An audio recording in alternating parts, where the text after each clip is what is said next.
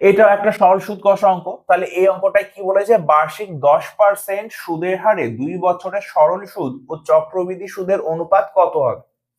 তাহলে দেখো এখানে আমাদের কি দেওয়া আছে, রেট দেওয়া আছে 10%, সুদের হার 2 বছর, সময় দেওয়া আছে 2 বছর। তাহলে সরল সুদ ও চক্রবৃদ্ধি সুদের অনুপাত কত হবে। দেখো এই অঙ্কটা অনেক ভাবে করা যায়। তাহলে এই অঙ্কটা আমি তোমাদের 100 ধরে করাবো।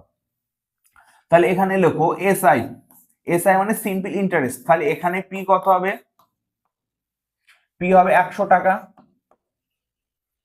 এখানে রেট কত, রেট 10%, টি কত 2 বছর। তাহলে এখান থেকে ইন্টারেস্ট বার কর, ইন্টারেস্ট বার করলে কত হবে, সূত্র পি আর টি বাই 100। তাহলে এখান থেকে পি এর মান 100, আর এর মান 10, টি এর মান 2, আর নিচে কত ছিল 100। তার মানে এটা কত বেরোলো, সরল সুদ কত বেরোলো, 20 টাকা। এবার দেখো, আচ্ছা ঠিক আছে এই পাশে করছি।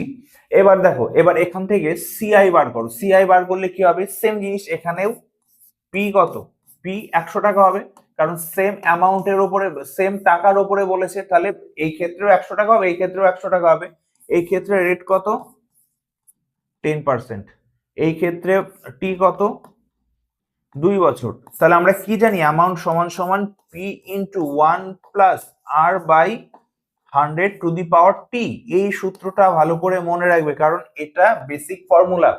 যেমন আই সমান সমান পি আর টি, এখানে কি ছিল, সরল সুদ কষার সূত্র ছিল, তেমনি এ সমান সমান P into 1 plus R by 100 to the power T. এইবার এখানে শুধুমাত্র আমি তোমাদের এইগুলো বলে দিচ্ছি। এছাড়াও আমাদের চ্যানেলে প্রত্যেকটা চ্যাপ্টারের ইম্পর্টেন্ট অঙ্কগুলো তোমরা পেয়ে যাবে। যারা এখনো ওগুলো দেখোনি তারা অবশ্যই দেখে নেবে। এবার দেখো এখানে এ মানে হচ্ছে অ্যামাউন্ট, তার মানে পি কত, এখানে পি মানে হচ্ছে যে 100, 1 প্লাস আর এর মান কত 10 বাই 100, টি এর মান 2। এবার দেখো এখান থেকে এই শূন্য আর এই শূন্য কেটে যাবে, কেটে গিয়ে কি থাকবে, এখানে থাকবে 100 ইন্টু, এবার এখানে ভালো করে দেখো, এখানে কি থাকবে 1 প্লাস 1 বাই 10 স্কোয়ার। তাহলে এখানে কত হবে 11 বাই 10, যদি লসাগু করি আর স্কোয়ার, তাহলে এখানে 100 ইন্টু 1 টু 1 বাই 100। এবার দেখো এই 100 100 কেটে যাচ্ছে, তাহলে এটা অ্যামাউন্ট। তাহলে এখানে অ্যামাউন্ট কত পেলাম, 121।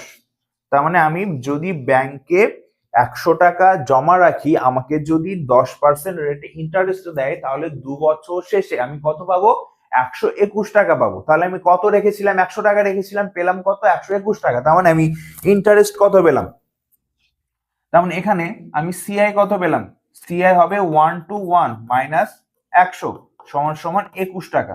তাহলে দেখো আমি সরল সুদ পাচ্ছি কত, 20 টাকা, আর চক্রবৃদ্ধি সুদ কত পেলাম, 21 টাকা। তাহলে এখানে কি বার করতে বলেছে, সরল সুদ, মানে এসআই ইস টু সিআই বার করতে বলেছে। এসআই কত 20, সিআই কত 21, তাহলে 20 ইস টু 21, অপশন সি। এবার দেখো, তাহলে আশা করি অঙ্কটা বুঝতে পেরেছো। অঙ্কটা যদি বুঝতে না পারো, তাহলে বারবার আমরা বলছি তোমরা কি করবে, অবশ্যই আমাদের কমেন্ট করবে।